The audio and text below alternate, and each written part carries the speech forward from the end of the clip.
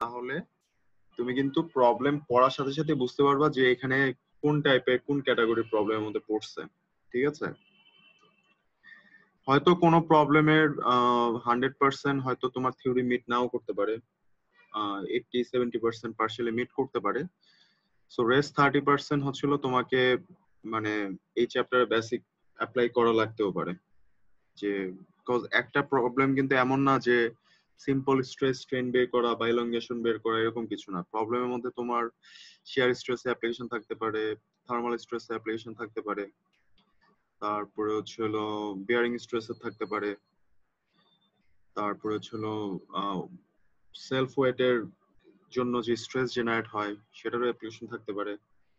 So আমরা types এর দিকে ফোকাস করতেছি। আমরা কিন্তু বেসিক্যালি প্রবলেম জাস্ট তোমাদের জাস্ট ডেমনস্ট্রেট করানো হচ্ছে। একটা থিওরি আলোচনা করলে সাথে কিছু প্রবলেম দেখালে দেন থিওরিটা আমাদের মানে বোঝাটা বোধগম্য হয়। সো দ্যাটস ওয়াই আমি প্রবলেমগুলো দেখাই। আমাদের ইয়েতে ছিল এরকম, আমাদের সময় সলিড মেকানিক্স ক্লাস নিতে হচ্ছিল doctor Mohammad Ali sir. Ali sir কিন্তু চেনো নাকি সবাই? জি sir. Doctor Mohammad Ali sir class নিত ওই সময়। তো স্যার হচ্ছে মানে প্রবলেমের টাইপস এর দিকে বেশি ফোকাস করতো। স্যার দেখতাম যে থিওরি পড়াচ্ছে, পরে বুঝতাম যে এত থিওরি কেন পড়ায়, প্রবলেম কেন করে না। পরে আস্তে আস্তে বুঝতে পারলাম যে ইঞ্জিনিয়ারিং এর মানে ক্লাসের মেইন পারপাসটাই হচ্ছিল থিওরি নিয়ে ডিসকাশন। ঠিক আছে, প্রবলেম নিয়ে কিন্তু এত ডিসকাশন করে না। ইভেন তোমরা যদি অনলাইনে লেকচার ম্যাটেরিয়াল বা ইউটিউবে যদি ইয়ের ভিডিওগুলো যদি দেখে থাকো, আইআইটির কিছু ভিডিও আছে, ঠিক আছে, আইআইটি তোমার হচ্ছে হলো কিছু লেকচার ভিডিও আছে, তোমরা যখন সামনে থেকে ক্লাসে যাবা তখন দেখ মানে হিট ট্রান্সফার তারপর ফ্লুইড মেকানিক্স এগুলো কিছু ভালো ভালো লেকচার ভিডিও আছে। তো ওখানে দেখতাম যে এমন এমন থিওরি পড়ায় বুঝছো, কিন্তু কোনো প্রবলেম ক্লাসে কিন্তু কোনো প্রবলেম সলভ করে না। মানে থিওরি পড়ানো মানে ধরে নেওয়া হয় যে সে তুমি প্রবলেম পারবা। ঠিক আছে, পুরোটাই তোমার প্র্যাকটিসের উপর। তুমি যত প্র্যাকটিস করবা আটকাবা, অবভিয়াসলি আটকাবা, আটকাবা না এরকম কিছু না, বাট তোমাকে থিওরিটা অ্যাকচুয়ালি জানতে হবে। অনেক সময় আমরা কি করি, প্রবলেমের ফর্মুলা মেমোরাইজ করার ট্রাই করি, মেমোরাইজ করে আসলে মানে তুমি হয়তো পরীক্ষা পাস করে যাবা, বাট আলটিমেটলি এটার কোনো মানে এই লার্নিং এর কোনো লাভ নেই। বিকজ আলটিমেটলি তোমার কাছে থিওরিটাই ইম্পর্টেন্ট, থিওরিটাই তোমার মাথায় থাকবে, প্রবলেম অনেক সময় মাথায় থাকে না। ঠিক আছে, সো থিওরিটা জানা থাকলে তুমি ফিউচারের যে কোনো সিচুয়েশনে বা যে অবস্থায় থাকো না কেন তুমি তুমি বুঝতে পারবা যে হ্যাঁ এই টাইপের থিওরি আমি এই জায়গায় পড়ছিলাম। তুমি জাস্ট 10 মিনিট বা আধা ঘন্টা যদি আবার ওই থিওরিটা আবার রিক্যাপ করো তাহলে কিন্তু আবার বুঝতে পারবা। ঠিক আছে, সো থিওরি বেস পড়াশোনাগুলোই বেশি ফোকাস করবা। ওকে, সো আজকে ক্লাসে আমাদের যে টাইপসটা আমরা দেখবো সেটা হচ্ছে হলো thermal stresses and strain. So thermal stress and strain এতদিন আমরা জাস্ট হচ্ছে হলো নর্মাল স্ট্রেস নিয়ে পড়াশোনা করছি। নর্মাল স্ট্রেসে এক্সিয়াল লোড অ্যাপ্লাই করাতে এর যে এক্সপানশন হয়েছে বা কম্প্রেসিভ লোড অ্যাপ্লাই করার কারণে যে কন্ট্রাকশন হয়েছে, সো এই লোড গুলা নিয়ে আমরা ফোকাস করছিলাম। ঠিক আছে, সো আজকে আমরা মানে আমাদের এই প্রবলেমে আমাদের এক্সিয়াল লোডের সাথে টেম্পারেচারে ইম্প্যাক্ট থাকবে।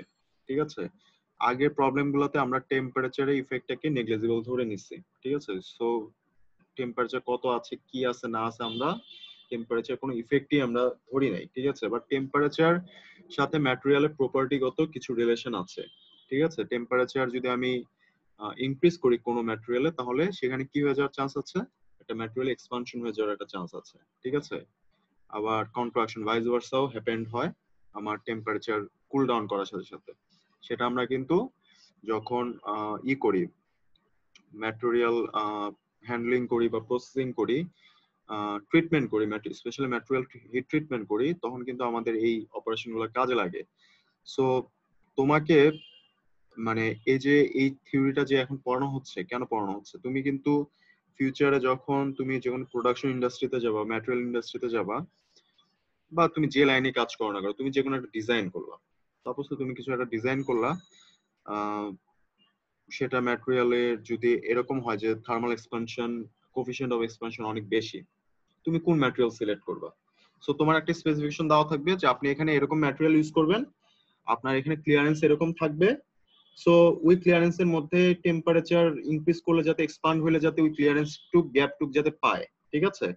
সো এমন টাইপের ম্যাটেরিয়াল আপনি সিলেকশন করবেন। এখন এমন তুমি ম্যাটেরিয়াল সিলেক্ট করে বসলা যেটা থার্মাল এক্সপানশন অনেক বেশি। সো তুমি ওই ম্যাটেরিয়াল এক্সপান্ড করার জন্য বা এক্সপানশন হবে এটা তুমি জানো, এবং তুমি যে একটু ক্লিয়ারেন্স রাখলা যে ফ্রি ক্লিয়ারেন্স, ওই ফ্রি ক্লিয়ারেন্স যদি না রাখো তাহলে কি হয়ে যাওয়ার একটা চান্স আছে ম্যাটেরিয়ালের, বলো তো? ম্যাটেরিয়ালে যদি তুমি মানে ক্লিয়ারেন্স যদি ঠিক মতো না রাখো তাহলে কি হওয়ার চান্স আছে? কনসেপ্টটা একটু বোঝার ট্রাই করো। মনে করো তুমি ম্যাটেরিয়ালটা ধরে আছো, ঠিক আছে? বা ম্যাটেরিয়াল ধরে না, ম্যাটেরিয়ালটা একটা সাইড ফিক্সড, ঠিক আছে?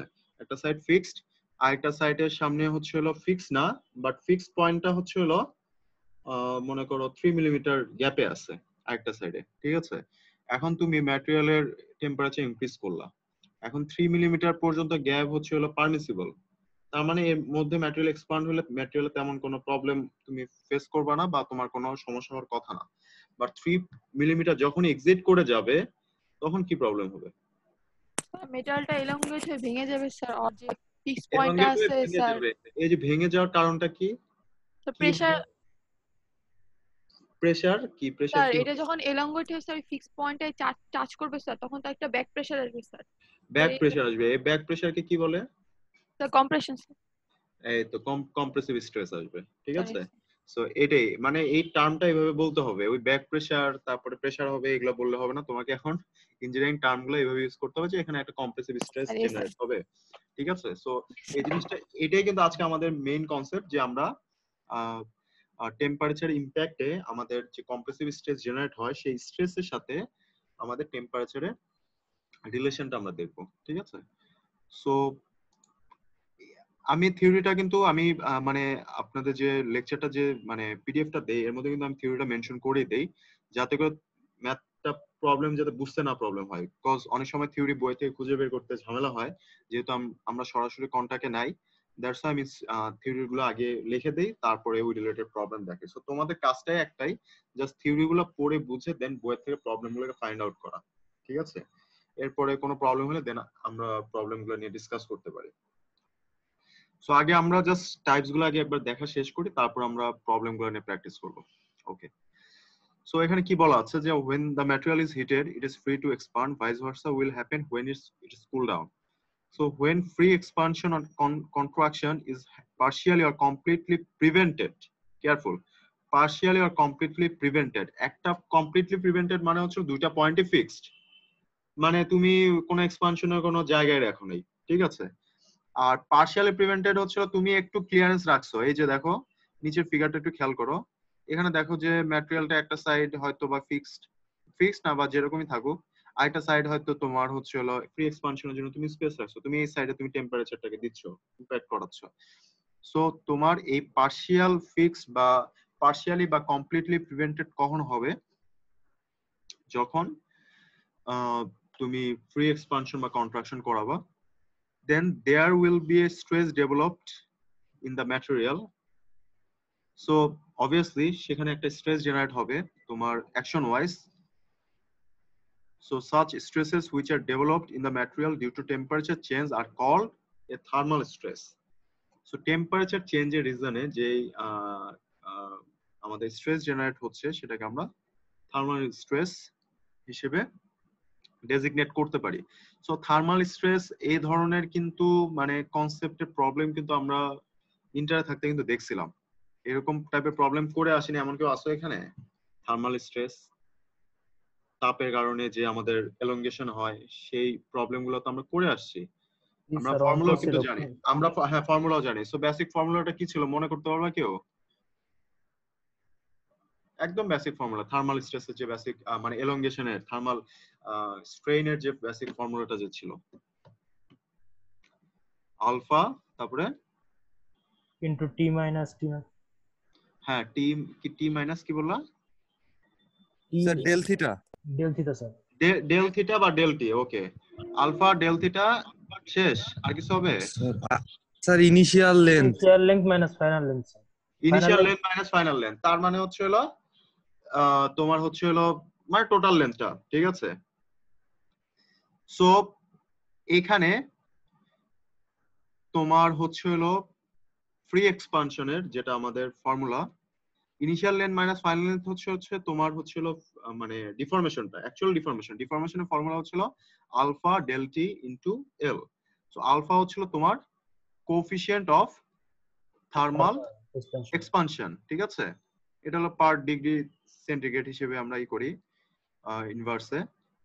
ডেল টি হচ্ছে টেম্পারেচার চেঞ্জ, এল হচ্ছে লেন্থ অফ দ্য রড।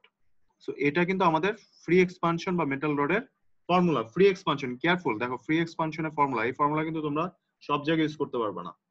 এখন তোমার সামনে যদি কোনো রেস্ট্রিকশন চলে আসে তাহলে কিন্তু সেখানে ফ্রি এক্সপানশনের ফর্মুলা কিন্তু সরাসরি ইউজ করা যাবে না। নরমাল ফ্রি এক্সপানশনের ফর্মুলা তুমি এটা ইউজ করতে পারো যে আমি টেম্পারেচার একটা অবজেক্ট আমার 20 ডিগ্রিতে আছে, অবভিয়াসলি সেটা একটা তার রুম টেম্পারেচার আছে, সেটাকে আমি 70 ডিগ্রি করলাম, এটা অরিজিনাল লেন্থ এরকম, ওই ম্যাটেরিয়ালটার কোএফিসিয়েন্ট অফ এক্সপানশন এরকম, সো এটা এলংগেশন কতটুকু হবে। সো তুমি এই ফর্মুলাটা অ্যাপ্লাই করে তুমি এলংগেশনটা বের করতে পারবা। ওকে, এখানে কিছু কন্ডিশন দেওয়া আছে। Number condition 1, if the end of the bar is fixed to rigid support so that expansion is prevented, then compressive strain induced in the bar. এটা তো আমরা বুঝতেই পারি যে দুইটা সাইড যদি ফিক্স থাকে তাহলে কি হবে, আমার এক্সপানশন যখন হবে মানে করতে যাবে কি করবে, ব্যাক প্রেসার দিবে, যেটা তোমরা বলছো যে ব্যাকওয়ার্ড একটা ফোর্স ক্রিয়েট করবে পার ইউনিট এরিয়া, যেটা রেজিস্ট করতে যাবে। তো সেই ফোর্সটাকে আমরা বলতেছি কম্প্রেসিভ ফোর্স, এবং সেই ফোর্সের কারণে যে স্ট্রেস জেনারেট হচ্ছে সেটাকে আমরা বলতেছি কম্প্রেসিভ স্ট্রেস, এবং এর কারণে যদি কোনো ডিফরমেশন হয় সেটাকে আমরা বলতেছি compressive strain. So compressive strain, তাহলে কম্প্রেসিভ স্ট্রেইন আর তোমার টেম্পারেচারের যে স্ট্রেইন সেটার তাহলে একটা রিলেশন আছে। বোঝা যাচ্ছে আমি ফ্রি এক্সপান্ড করতে যাচ্ছি, আমার অপোজিট সাইড থেকে আমার কম্প্রেসিভ স্ট্রেন আসতেছে। সো টেম্পারেচার স্ট্রেনের যদি আমি ইকুয়েশন দেখি যে epsilon equals to del L by L, okay. So del L হচ্ছে হলো ডিউ টু টেম্পারেচারের কারণে যে এক্সপানশনের যে আমাদের ফর্মুলাটা alpha del T L divide by total length, এখানে স্মল এল ইউজ করে মানে তুমি নিচেও স্মল এল ইউজ করবা, ঠিক আছে। যদি ক্যাপিটাল আপার কেস এল ইউজ করো তাহলে নিচেও আপার কেস এল ইউজ করবা। সো দুইটা যদি রিডিউস হয়ে বা মিনিমাইজ হয়ে যায় তাহলে আমাদের টেম্পারেচার স্ট্রেনের বেসিক ফর্মুলা থাকতেছে হচ্ছিল আলফা ডেল টি।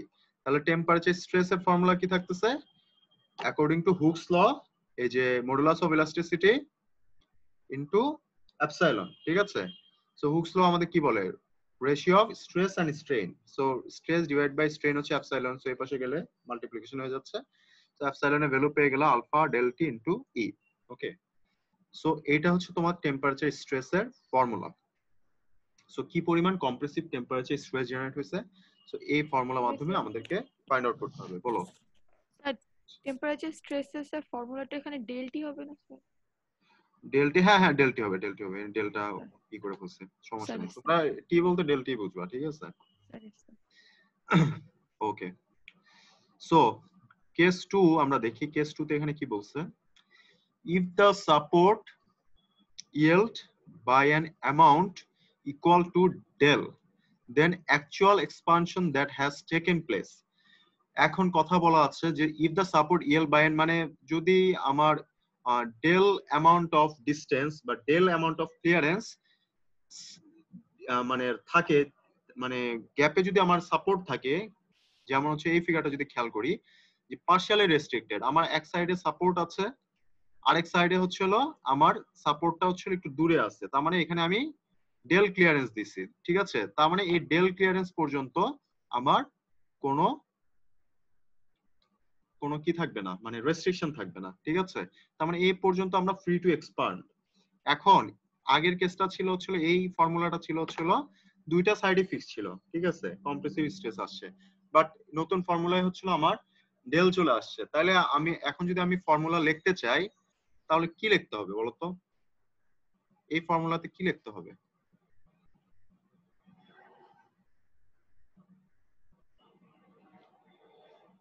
এই ফর্মুলাতে কি লিখতে স্যার হবে? এল প্লাস ওই ডেল পরিমাণ স্যার এল এর সাথে ওই ডেলটা প্লাস করতে হবে স্যার। এল এর সাথে ডেল প্লাস করতে হবে। এলটা হচ্ছিল টোটাল লেন্থ, ঠিক আছে, আর ডেলটা হচ্ছিল তোমার স্ট্যান্ডার্ড লেন্থ ক্লিয়ারেন্স, স্যার, ঠিক আছে, ক্লিয়ারেন্স ক্লিয়ারেন্স। সো তুমি যখন ফিক্স ছিল তখন তোমার থার্মাল স্ট্রেসের ফর্মুলা ছিল আলফা এল ডেল টি, ঠিক আছে। কিন্তু এখন যেহেতু তোমার ক্লিয়ারেন্স আছে, ঠিক আছে, তাহলে আমার মানে এই ক্লিয়ারেন্স টুকু কি আমাদেরকে বাদ ধরে নিতে হবে না? স্যার ইয়েস স্যার, মাইনাস করতে হবে স্যার। মাইনাস করতে মাইনাস হবে করতে না? হবে স্যার। মাইনাস করতে হবে। তার মানে এই ক্লিয়ারেন্সে আমার এটা কোনো থার্মাল স্ট্রেস, এই ক্লিয়ারেন্স থাকা মানে কি there is no thermal stress. Thermal stress কখন জেনারেট করবে? যখন আমার এখানে ফিক্স পয়েন্টটা, এই বডিটা পুরোপুরি ফিক্স, রিজিডলি ফিক্স থাকবে, তখনই তো মানে এক্সপান্ড হতে চাবে, কিন্তু এটা কি করবে? কম্প্রেসিভ স্ট্রেসের রিজনে এটা কি করবে? এক্সপান্ড হতে দিবে না, তার মানে স্ট্রেস জেনারেট করবে। সেই স্ট্রেসটাকে আমরা কি বলতেছি? Thermal stress. যেহেতু এখানে ডেল আছে, তার মানে এই ডেল ইফেক্টটা আমার থার্মাল স্ট্রেসে পার্টিসিপেট করবে না। সো থার্মাল স্ট্রেসে আমার স্ট্রেইনের বা এলংগেশনের ফর্মুলাটা যখন আমরা লিখবো, তখন আমাদের এই ডেলটাকে মাইনাস করে নিতে হবে। বুঝতে পারছো? কারো কোনো স্যার ইয়েস স্যার। ডাউট আছে? থাকলে বলতে পারো। সো আমরা এই যে দেখো এখানে কি করলাম, ডেল এল সমান alpha del T L minus del.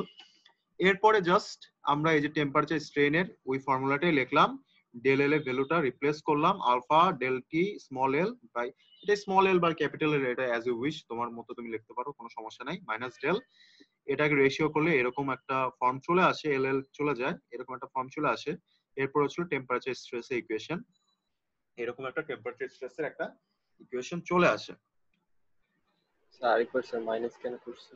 আচ্ছা, মাইনাস কেন করছি হচ্ছে হলো, আমরা তো এটা আমাদের থিওরিটা কি? থার্মাল স্ট্রেস, ঠিক আছে। থার্মাল স্ট্রেস কখন আমার একটা বডির উপর পড়বে? একটা বডি যদি ফ্রিলি এক্সপান্ড হতে দেই, যদি কোনো সাপোর্ট বা কোনো, তুমি যদি এটাকে যদি প্রেসারাইজ না করো, বাইরে কোনো এক্সটার্নাল সাপোর্ট না দিয়ে, তাহলে কি এটার মধ্যে কোনো স্ট্রেস জেনারেট হওয়ার কোনো চান্স আছে? কোনো চান্স নাই। একটা ম্যাটেরিয়ালে, বা তুমি মনে করো একটা ওয়ালের মধ্যে তুমি মনে করো একটা পাঞ্চ করলা, ঠিক আছে, পাঞ্চ করলে তুমি হাতে ব্যথা পাচ্ছ। এখন এখানে যদি ওয়ালটাই না থাকে, তুমি কি হাতে ব্যথা পাবা? পাবা না ব্যথা। তার মানে এই যে তুমি হাতে ব্যথা পাচ্ছ না, তার মানে কি? তুমি কোনো স্ট্রেস ফিল করতেছো না, resisting force per unit area তুমি ফিল করতেছো না। তার মানে তোমার যদি এই রিজিড ফিক্সড পয়েন্টটা যদি একটু গ্যাপে থাকে, তোমার যদি ফ্রি এক্সপানশন হইতে দেই, কোনো সমস্যা নেই। তো আমার ফ্রি এক্সপানশন হয়েছে, কতটুকু এক্সপানশন হওয়ার পরে এটা তার স্ট্রেস ফিল করবে, সেই সেই এক্সপানশনের গ্যাপটাকে আমাকে মাইনাস নেগলিজিবল বা মাইনাস করে নিতে হবে, ঠিক আছে। তার মানে এই ডেল গ্যাপটাকে যখন ওভারকাম করবে, তখনই কিন্তু আমার এই টেম্পারেচার স্ট্রেস ইকুয়েশনটা ভ্যালিড। তার আগে কিন্তু আমি টেম্পারেচার স্ট্রেস ইকুয়েশনে যে এপসাইলন যে লিখছি, এপসাইলন সমান সমান যে আলফা টি যে লিখছি বা এটা যে লিখছি, এটা কিন্তু ভ্যালিড না। কজ আমার তো এটা ইফেক্টটাকে তো কনসিডার করতে হবে। এখানে যে ডেল গ্যাপ আছে, আমি এক্সপান্ড করলাম ডেল গ্যাপে, মনে করো এখানে হলো 0.3, ঠিক আছে, 0.3 মানে এক্সপান্ড হলো 0.1 হলো, তো 0.1 হলে এখানে কোনো স্ট্রেস আসবে? 0.2 হলে কোনো স্ট্রেস আসবে? 0.3 যখন হবে তখন হচ্ছে ইকুয়াল হয়ে যাবে, তখন স্ট্রেস হওয়া শুরু হবে, ইল্ড করা শুরু করবে, বডি ডিফর্ম করা স্টার্ট করবে। যখন 0.4 0.5 এক্সপানশন হয়ে যাবে, তখন মানে কি নেগেটিভ দিকে চলে যাচ্ছে, তার মানে কি তখন টেম্পারেচার স্ট্রেসটা জেনারেট হচ্ছে।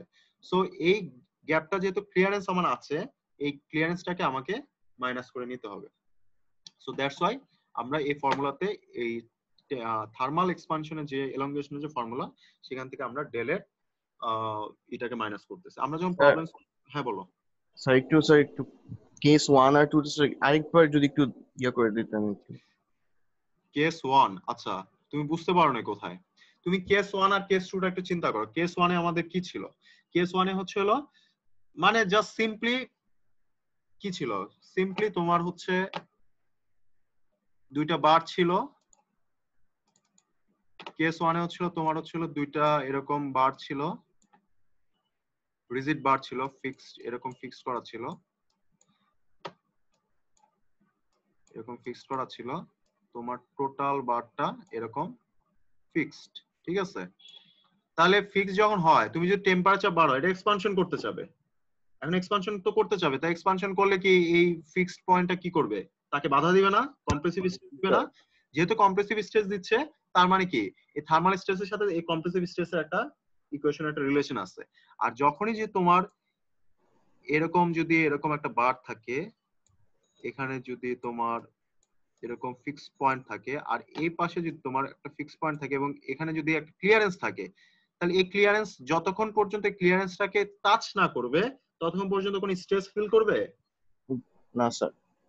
তাহলে এই ক্লিয়ারেন্সের ইফেক্টটাকে তোমার মাইনাস করে নিতে হবে না? জি তার স্যার। মানে কি মাইনাস করে নিলে কি হবে, এটা ক্লিয়ারেন্সটাকে যখন তুমি মাইনাস করবা তার মানে কি তুমি এটাকে ব্যালেন্স করছো। মাইনাস করা মানে ব্যালেন্স করছো, তুমি এই ইফেক্টটাকে মাইনাস করে দিছো, তার মানে তুমি ব্যালেন্স করছো।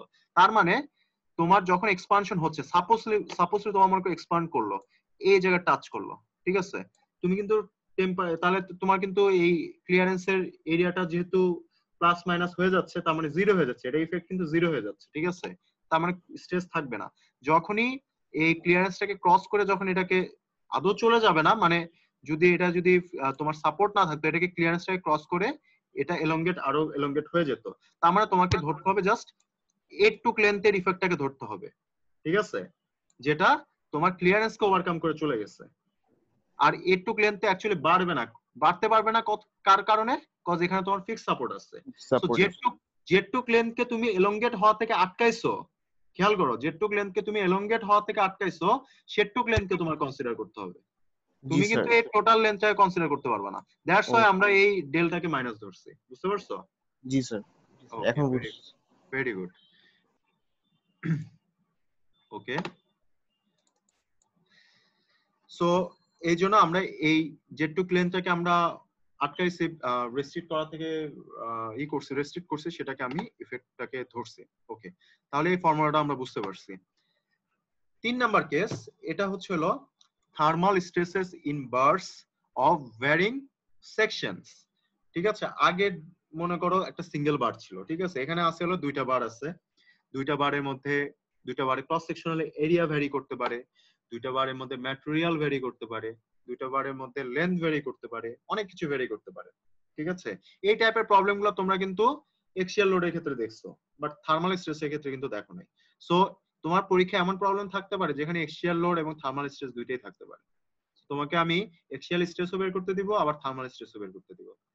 সো তোমার কিন্তু এখন তুমি এমন প্রবলেম তুমি হয়তো বইয়ে এই প্রবলেম পাইলাই না, যে এই প্রবলেমে কোনো প্রবলেম নাই যে দুইটার কনসেপ্টের কম্পাইলেশন আছে, কিন্তু তাই বলে এমন না যে আমি এই প্রবলেম তোমাকে পরীক্ষা দিতে পারি না, আমি তোমাকে এমন প্রবলেম দিতেও পারি।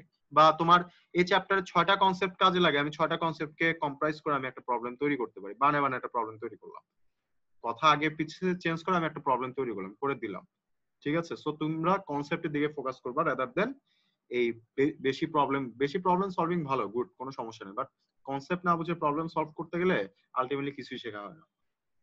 আবার কিছু প্রবলেম থাকে, এটাও সত্যি যে কিছু প্রবলেম থাকে যেগুলো কনসেপ্ট বুঝলেও অনেক সময় কাজ হয় না, বিকজ প্রবলেম সলভিং কিছু ক্রাইটেরিয়া থাকে। এগুলো কিন্তু মেকানিক্সে আমরা যখন সলভ করতে যাই তখন কিন্তু দেখি যে একদম ইজি প্রবলেম গুলো পারা যায়, আবার কিছু এমন মেকানিক্স এমন কিছু কমপ্লিকেটেড প্রবলেম থাকে সেগুলো কিন্তু কনসেপ্ট দিয়ে অনেক সময় কভার করা যায় না, কিছু নতুন নতুন থিওরি ইন্ট্রোডিউস করা লাগে প্রবলেমের স্বার্থে, ঠিক আছে। সেগুলো হচ্ছিল মানে এক্সেপশন ধরে নিয়ে আমরা কাজ করব। Okay, so thermal stresses in bar of varying section, এখানে দুইটা লেন্থ আছে। সো এখানে কি বলা আছে, we know that as a result of increase in temperature the bar ABC will tend to expand করতে যাবে, but since it is fixed at its end at A and C, যেহেতু A and C পয়েন্টে fixed, therefore will cause some compressive stress in the body। এটা তো আমরা জানি যে দুইটা বডি দুই সাইডে যে ফিক্সড, সো এক্সপান্ড করতে গেলে এটা তার কাউন্টার ডাইরেকশনে, এটা যেহেতু এক্সপান্ড করে পজিটিভ এক্সপানশন, তাহলে কাউন্টার ডাইরেকশনে একটা কম্প্রেসিভ স্ট্রেস বা কম্প্রেসিভ লোড দিবে, ঠিক আছে। So moreover, as the thermal stress is shared equally by the both portion, so এই যে থার্মাল স্ট্রেস হচ্ছে, ঠিক আছে, থার্মাল স্ট্রেস এখানে বডি দুটো ভ্যারি করতে পারে, লেন্থে ভ্যারি করতে পারে, ম্যাটেরিয়াল গতভাবে ভ্যারি করতে পারে, ক্রস সেকশনাল এরিয়াতেও ভ্যারি করতে পারে। বাট যখনই থার্মাল স্ট্রেস জেনারেট হয় বডির উপরে, তখন আমি কিন্তু মানে দুইটা বডির উপর লোডের ইম্প্যাক্ট কিন্তু সেম থাকে, স্ট্রেসের ইম্প্যাক্ট কিন্তু সেম থাকে, ঠিক আছে। মানে বডির উপরে বাইরের সাইড থেকে, মানে তোমার ফিক্সড পয়েন্ট থেকে যে কম্প্রেসিভ স্ট্রেসটা দিচ্ছে, এই দুইটা বডির উপরে কিন্তু আমার স্ট্রেসের ইফেক্টটা কিন্তু সেম থাকে, ঠিক আছে।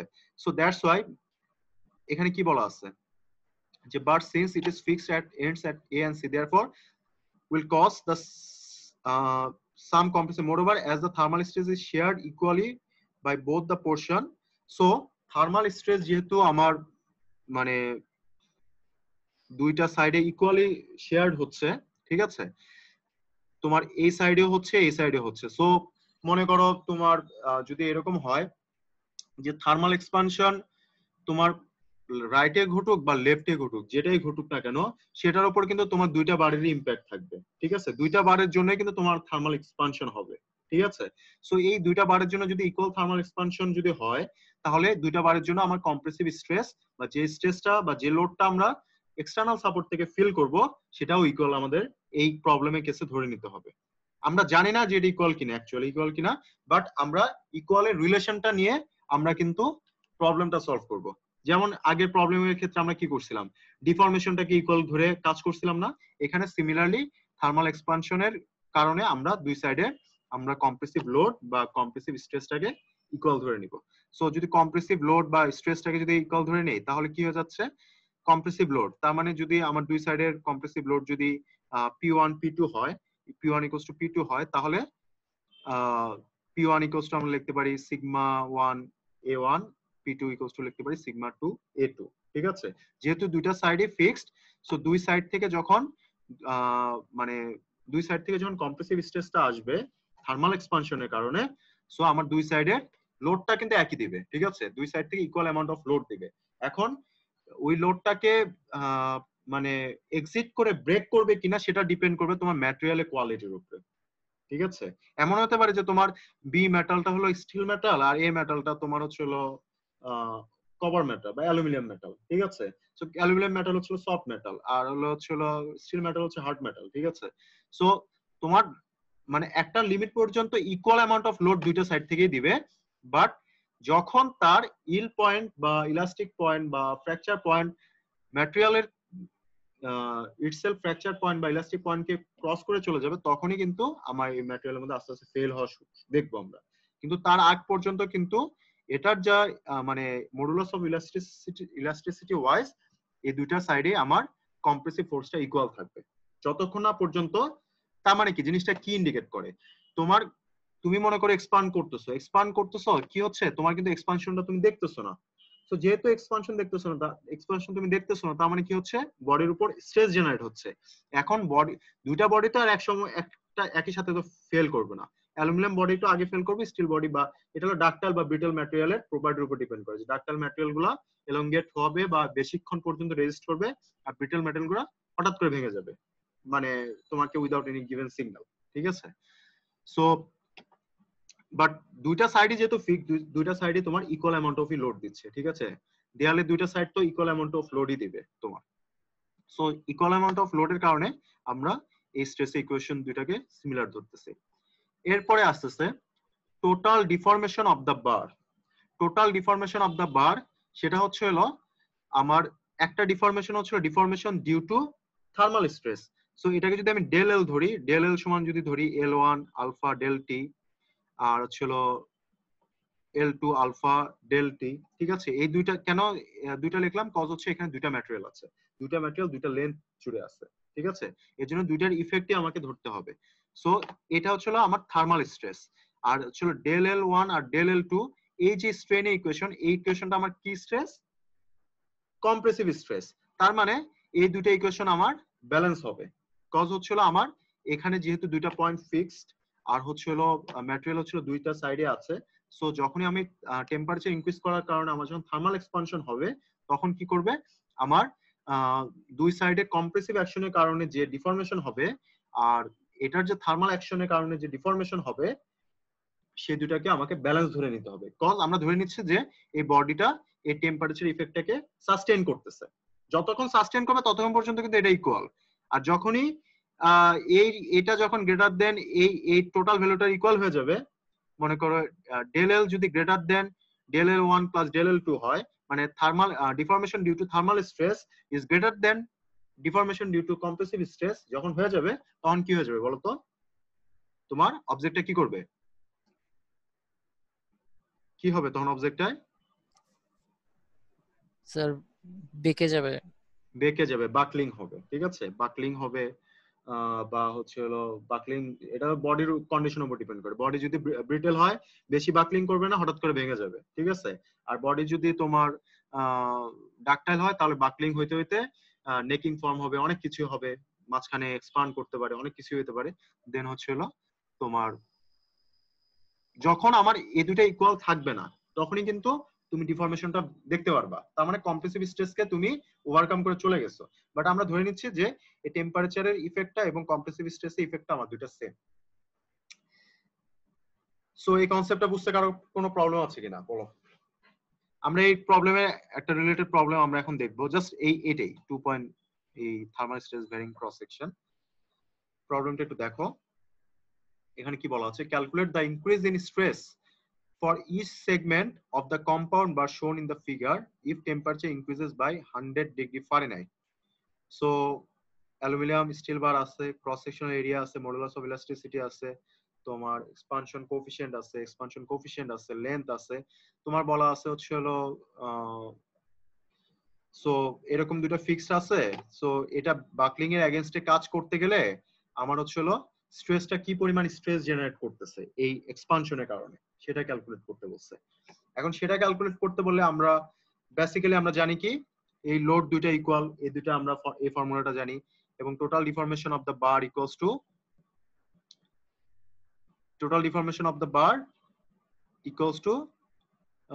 Deformation due to compressive stress, এই ইকুয়েশনটাও জানি। সো এই দুইটা ইকুয়েশনকে আমি ইউজ করে আমি প্রবলেমটা সলভ করতেছি।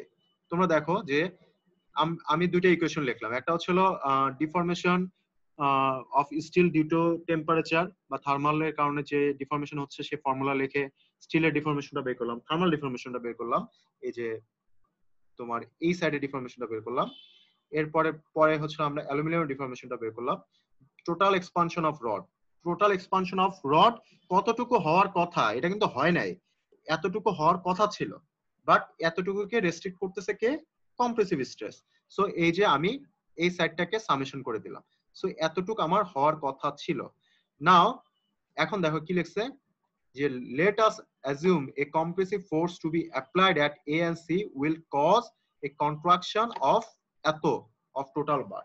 So এই যে তোমার থার্মাল স্ট্রেসটা যে হচ্ছে, এতে যে এক্সপানশনটা যে হচ্ছে, সেই যেটা এক্সপান্ড হওয়ার কথা ছিল সেটাকে আমরা কম্প্রেসিভ স্ট্রেসের মাধ্যমে সেটুক লেন্থটাকে আমরা কন্ট্রাক্ট করে বা কন্ট্রাকশন করে রাখতেছি। এটা তো ঠিক আছে নাকি? তার মানে সেটুক লেন্থটাকে আমরা ইনক্রিজ হতে দেই নাই। এজন্য আমরা এখানে বলতেছি let us assume the compressive force to be applied at A and C will cause a contraction of এতটুক, মানে এই টোটাল যে ডিফরমেশন এটুককে আমরা ইনক্রিজ হতে দেই নাই। কার কারণে? যেটুক মানে ইনক্রিজ হওয়ার কথা ছিল সেটা আমার এ এবং সি এর ফিক্সড পয়েন্ট থাকার কারণে, এটা কম্প্রেসিভ ফোর্স দেওয়ার কারণে, কম্প্রেসিভ স্ট্রেস জেনারেট হওয়ার কারণে উটুক লেন্থ আমরা ইনক্রিজ হতে দেই নাই। সো দ্যাটস ওয়াই আমরা এই যে এই ইকুয়েশনটা আমরা ইউজ করব। এখন এই ইকুয়েশনটা দেখো, এরপরে এই ইকুয়েশনটা লিখলো দেখো, PL by A for steel, PL by A for aluminum, আর এই যে total deformation due to thermal stress. এরপরে আসছে যে as the thermal load is shared equally by both the portion, therefore stress develop in the portion, ঠিক আছে। So thermal stress যেটা হচ্ছে সেটা আমার দুইটা পোর্শনই ইকুয়ালি শেয়ার করে নিছে, যেহেতু দুইটা পয়েন্টই ফিক্সড, যেহেতু ইকুয়ালি শেয়ার করে নিছে, সো দ্যাটস ওয়াই আমার দুইটা সাইডের লোড কিন্তু ইকুয়াল। সো এই দুইটা সাইডের লোড ইকুয়াল মানে কি, তার মানে deformation at the side of steel আর মানে compressive load at the side of steel rod, এই যে স্টিল রডের তোমার এই সাইডে যে কম্প্রেসিভ লোড আর অ্যালুমিনিয়াম রডের এই সাইডে কম্প্রেসিভ লোডটা আমার ইকুয়াল ধরে নিচ্ছি, ঠিক আছে। যেহেতু P1 P2 ইকুয়াল, তার মানে এই দুটো equal, PST PL equal. So আমরা কি করতেছি, এই ফর্মুলাটা দুইটা P কে আমরা কমন ধরে নিচ্ছি। দেখো এই P দুটাকে কমন ধরে নিচ্ছি, কমন ধরে আমরা এই প্রবলেমটা সলভ করছি, P এর ভ্যালু বের করছি এবং P কে যার ক্রস সেকশনাল এরিয়া, যে সাইডে ক্রস সেকশনাল এরিয়া দ্বারা ডিভাইড করে আমরা প্রত্যেকটা বারের উপর জেনারেটেড স্ট্রেসটা আমরা ইভালুয়েট করছি। বুঝতে পারছো? এই প্রবলেমটা বুঝতে কার সমস্যা আছে বলো। কনসেপ্টটা বুঝতে পারলে প্রবলেম সলভ এখানে যা আছে বাংলা কথা, তুমি দেখলেই বুঝতে পারবে যে এটা কিভাবে সলভ করা হয়েছে, বাট কনসেপ্টটা বুঝতে পারছো কিনা সেটা আগে বলো।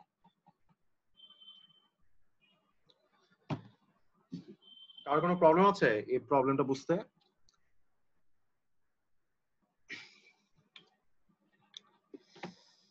প্রবলেম সাউন্ড করতেছ না, হয় বুঝছো নাহলে কিছুই বুঝবে না, যে কোনো একটা। স্যার আলফার অংশটা স্যার ওই যে deformation due to temperature sir, এটা এখানে যেগুলো গুণ করেছি স্যার, এই যে আলফা ইনটু 15 ইনটু 100 হ্যাঁ স্যার, এখানে টেম্পারেচার আর লেন্থ গুণ করেছি স্যার। হ্যাঁ হ্যাঁ হ্যাঁ হ্যাঁ টেম্পারেচার আর লেন্থ হচ্ছে 15, এটা হচ্ছে হ্যাঁ স্টিল রডের জন্য। আবার দেখো অ্যালুমিনিয়াম রডের জন্য সিমিলারলি আমরা বের করছি। জি স্যার, বাট স্যার আলফার এককটা স্যার খালি ইয়ে কেন, পার ডিগ্রি ফারেনহাইট, আলফার পার লেন্থ পার ফারেনহাইট হওয়ার কথা না? পার লেন্থ না না না, এটা তো ডিফরমেশন, এটা তো মিলিমিটার হবে, এটা ইঞ্চি হবে, সরি ইঞ্চি হবে, এটা ইঞ্চিতে আছে, এটা হ্যাঁ, ডিফরমেশন। তো কোএফিশিয়েন্ট অফ এক্সপানশন, এই যে কোএফিশিয়েন্ট অফ এক্সপানশন আলফা, এটা 15টা স্যার ওই হবে যে ওখানে পার ডিগ্রি এখানে ফারেনহাইট। কোনো একক ছিল না, যে কনফিউজড হয়ে গেছিলাম, ও আচ্ছা মিলিমিটার আচ্ছা, হবে না? না না না, এই যে পার ফারেনহাইট, দেখো এই যে পার যে ফারেনহাইট আছে আর এই যে 100 যে ফারেনহাইট, এই দুইটা কাটাকাটি চলে গেছে, বুঝতে পারছো? ও 15 আচ্ছা, সাথে যে পার ডিগ্রি ফারেনহাইট আর 100 যে ফারেনহাইট তোমার মিনিমাইজ হয়ে গেছে, তাহলে তোমার এই যে লেন্থের যে ভ্যালুটা ছিল এই লেন্থটা তোমার থেকে যাচ্ছে, ওকে বুঝতে স্যার। পারছো? জি ও স্যার। ইঞ্চিটা থেকে স্যার, যাবে, যেহেতু এটা ইঞ্চিতে স্যার একটা আছে। কোশ্চেন ছিল স্যার। বলো বলো বলো স্যার একটা শুনতেছি। কোশ্চেন, ওই প্রেসার যে ইকুয়াল করে নিলেন স্যার, ওই পার্টটা যদি আরেকবার বুঝাতেন স্যার, মানে স্টিল প্রেসারটা, অ্যালুমিনিয়াম প্রেসারটা যে ইকুয়াল করে আচ্ছা আচ্ছা আচ্ছা আচ্ছা, এটা হচ্ছে হলো মানে অ্যাকচুয়ালি হচ্ছেটা কি আমি বলি, তোমার আহ, যতক্ষণ পর্যন্ত মানে তোমার এখানে অ্যালুমিনিয়াম থাকুক স্টিল থাকুক যে ম্যাটেরিয়ালই থাকুক না কেন, তোমার তোমার এটা তো প্রেসারটা তো ফিক্সড, প্রেসারটা তো ফিক্সড, ঠিক আছে? এখন মনে করো আমার হাত আর তোমার হাত, ঠিক আছে? এখন তোমার হাতে তুমি মনে করো দেয়ালে পাঞ্চ করলা, বা তোমার ফ্রেন্ড হয়তো দেয়ালে পাঞ্চ করলো, দুজন কি প্রেসার কি ইকুয়াল পাবো? যদি ইকুয়াল অ্যামাউন্ট অফ ফোর্স দিয়ে যদি পাঞ্চ করি আমরা আমরা ইকুয়াল রেজিস্টিং ফোর্স পাবো না? দেয়ালের জন্য তো সে মানে মানে কম্প্রেসিভ ফোর্সটা তো ফিক্সড, ও তুমি যত ফোর্স দিয়ে দাও না কেন ও তোমাকে equal amount of compressive force দিবে। ওর যতটুকু ক্যাপাবিলিটি এই ব্রেকিং ম্যাটেরিয়ালের বা ব্রিক ম্যাটেরিয়ালের যতটুকু কম্প্রেসিভ ফোর্স দেওয়ার ক্যাপাবিলিটি তোমার হাতের উপর ততটুকু দিবেই, সেই ভ্যালুটা দুইটা সাইডের জন্য ইকুয়াল, মানে সাইড 1 এবং সাইড 2 এর জন্য ইকুয়াল, সেটা অ্যালুমিনিয়াম মেটাল হোক আর স্টিল মেটাল হোক। এজন্য আমরা দুইটা সাইডের যে কম্প্রেসিভ ফোর্স এই দুইটা ফোর্স দুইটাকে আমরা ইকুয়াল ধরে নিছি, ঠিক আছে?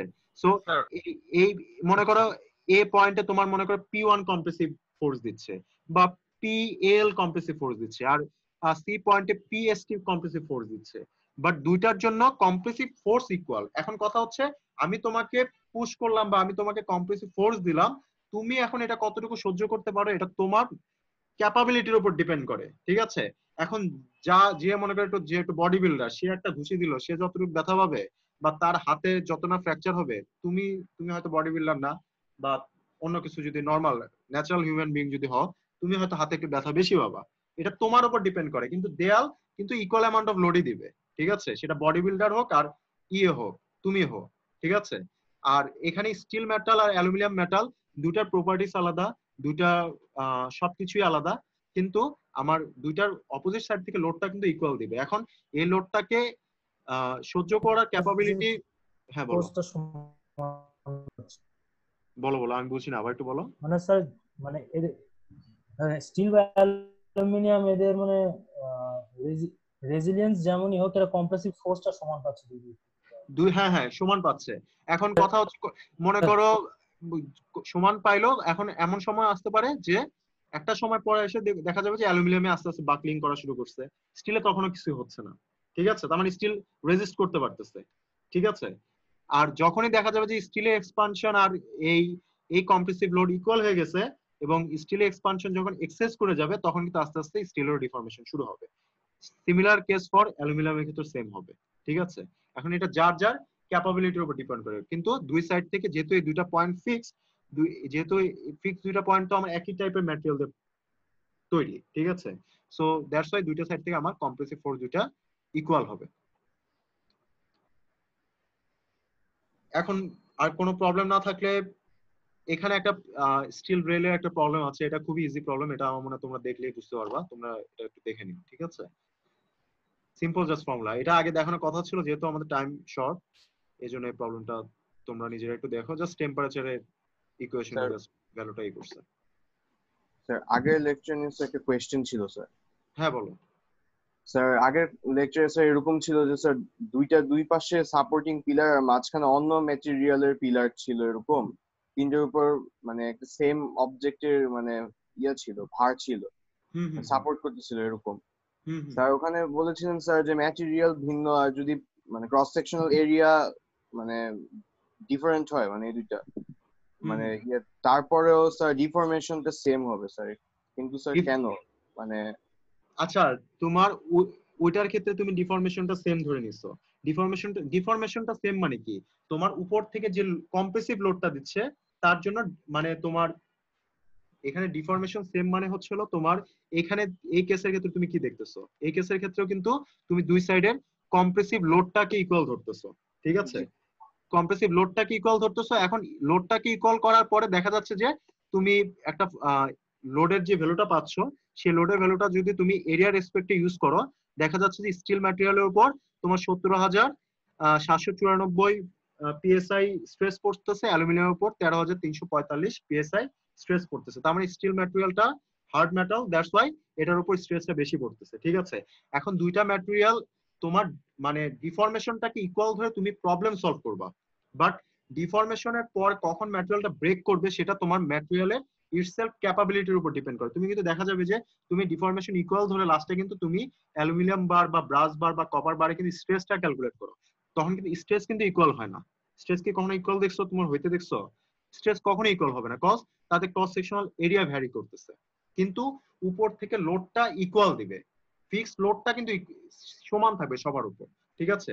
ডিফরমেশনটা সমান করার চেষ্টা করবে, বাট এটা ম্যাটেরিয়াল একটা লিমিট পর্যন্ত ওই ইকুয়ালিটিটা মেনটেন করবে। যখন এটার স্ট্রেসের মানে ফেলিং পয়েন্টটাকে ক্রস করে চলে যাবে তখন আর ডিফরমেশন আর ম্যাটেরিয়াল ওয়াইজ ইকুয়াল থাকবে না, একটা পর্যায়ে যে আর ইকুয়াল থাকে না। যতক্ষণ পর্যন্ত এটা তার ইলাস্টিক পয়েন্ট পর্যন্ত এটা ক্যাপাবল থাকে, ইলাস্টিক পয়েন্ট গুলাকে ক্রস করে চলে গেলে তখন আর এটা তার ক্যাপাবিলিটি ডিফরমেশনটা ইকুয়াল থাকে না। বা তোমার এই প্রবলেমের ক্ষেত্রে তোমার থার্মাল স্ট্রেস এখানে আমরা ধরে নিচ্ছি যে ম্যাটেরিয়ালটা ইলাস্টিক ম্যাটেরিয়ালের ক্ষেত্রে, সো ইলাস্টিক ম্যাটেরিয়ালের ক্ষেত্রে বোঝা যাচ্ছে যে স্টিল যতই বাড়ুক না কেন তোমার হচ্ছিল এর কম্প্রেসিভ স্ট্রেস এবং এটা ইকুয়াল। যখনই কম্প্রেসিভ স্ট্রেসটা এক্সেস হয়ে যাবে তখন ম্যাটেরিয়ালটা ইলাস্টিক থাকতেছে না, ঠিক আছে? এই জন্য আমরা প্রবলেম সলভিং এর সুবিধার্থে আমরা ম্যাটেরিয়ালটাকে ইলাস্টিক ধরে সলভ করব, ঠিক আছে? এরপরে তুমি স্ট্রেসের যে এই দুটো ভ্যালু পাইলা, মনে করো এখানে যে দুইটা স্ট্রেসের ভ্যালু পাইলা, তার মানে বোঝা যাচ্ছে যে স্টিল মেটালের উপর তুমি যদি এর থেকে বেশি স্ট্রেস দাও স্টিল ম্যাটেরিয়াল বাকলিং শুরু করবে, অ্যালুমিনিয়ামের উপর যদি তুমি এর থেকে বেশি স্ট্রেস দাও তাহলে অ্যালুমিনিয়ামটা বাকলিং শুরু করবে। এখন দুইটার মধ্যে স্ট্রেসের ক্যাপাবিলিটি কার কত বেশি? স্টিলের বেশি। তার মানে কি স্টিলে আগে অ্যালুমিনিয়াম ফেল করবে না অ্যালুমিনিয়াম আগে স্টিল ফেল করবে? কে আগে ফেল করবে বলো? অ্যালুমিনিয়াম আগে ফেল করে বলবো। অ্যালুমিনিয়াম আগে ফেল করবে, কারণ অ্যালুমিনিয়ামে 13,345 ক্রস করার সাথে সাথেই অ্যালুমিনিয়াম ফেল করবে, ঠিক আছে? তার মানে 13,345 পর্যন্ত দুইটা ম্যাটেরিয়ালের ডিফরমেশন ইকুয়াল ধরে নিতে হবে, দুইটা ম্যাটেরিয়ালের উপর অ্যাক্টিং কম্প্রেসিভ লোডটাকে ইকুয়াল ধরে নিতে হবে। 13,345 যখন এক্সেস করে চলে যাবে তখন কিন্তু মানে জিনিসটা ওয়ান সাইডেড কেস হয়ে যাবে, বুঝতে পারছো? তার মানে তোমার ম্যাটেরিয়ালটা আর টোটালি ইলাস্টিক বিহেভিয়ার করতেছে না, একটা সাইড ইলাস্টিক বিহেভিয়ার করতেছে আরেকটা সাইড ডাকটাইল বিহেভিয়ার করতেছে, মানে ডিফরমেশন শুরু হয়েছে, বুঝতে পারছো? জি স্যার। ওকে, ভেরি গুড। তাহলে ঠিক আছে, তোমরা তাহলে এই প্রবলেমটা একটু দেখে নিও। এই প্রবলেমটা খুবই ইজি। আমার তোমরা যেহেতু আগের প্রবলেমটা বুঝছো, এই প্রবলেমটা না বোঝার কিছু নাই। এটা হলো জাস্ট ওই যে রেলের যে তোমার স্টিল রেলের ক্লিয়ারেন্স আছে, সো সেই ক্লিয়ারেন্সটাকে এক্সিট করে মানে তুমি প্রবলেমটা পড়লে বুঝবা যে এই ক্লিয়ারেন্সটাকে টাচ করতে কতটুকু টেম্পারেচার ইনক্রিজ হওয়া লাগবে সেটা বের করতে বলছে। সো সেটা নরমাল ইনিশিয়াল টেম্পারেচার আছে, তুমি ফাইনাল টেম্পারেচার বের করবা, ঠিক আছে? তারপরে হচ্ছে হলো ওই পয়েন্টে যখন টাচ করবে তখন কি পরিমাণ স্ট্রেস জেনারেট হবে। সো সিমিলার একটা সিম্পল প্রবলেম, এটা তোমরা একটু দেখে নিবা, ঠিক আছে? তাহলে আমি মিটিংটা এখানে কুইট করে দিচ্ছি। কার কোনো তার প্রশ্ন? ওকে ওকে ওকে, ঠিক আছে, থ্যাংক ইউ। আসসালামু আলাইকুম। আসসালামু আলাইকুম। আসসালাম ওয়া আলাইকুম আসসালাম।